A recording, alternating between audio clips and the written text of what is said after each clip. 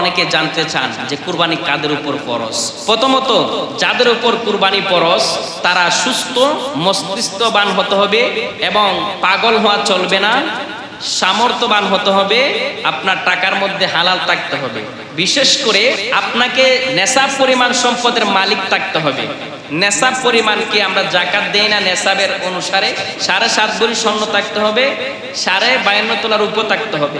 এখন অনেকের 7.5 ভরি স্বর্ণ নাই, 52.5 তোলার উপর নাই, কিন্তু স্বর্ণ এবং সম্পদ মিলাইয়া নেশাব পরিমাণের একটা সম্পদ আছে। কারণ অনেকের স্বর্ণ থাকে না, সম্পদ থাকে, টাকা থাকে এবং জায়গা জমি থাকে। তো যাদের এইরকম সামর্থ্য আছে যে মিলায় দেখবেন, আমার এখন তো অনেকের একের জমি থাকলেই কত নেশাব পরিমাণ সম্পদ হয়ে যায়। একের জায়গা বেচলে আপনাদের এলাকায় 30 লক্ষ 35 লক্ষ বেচা যায়। এখন কই বুড়ি স্বর্ণ কিনতে পারবেন? তার মানে আপনি নেশাবের মালিক আছেন না।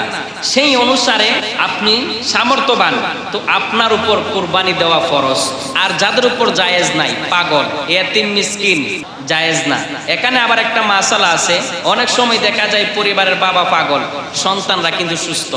এখন বাবা পাগল হইলে কি, সন্তানরা তো বুঝে কুরবানি আপনাকে করতে হবে।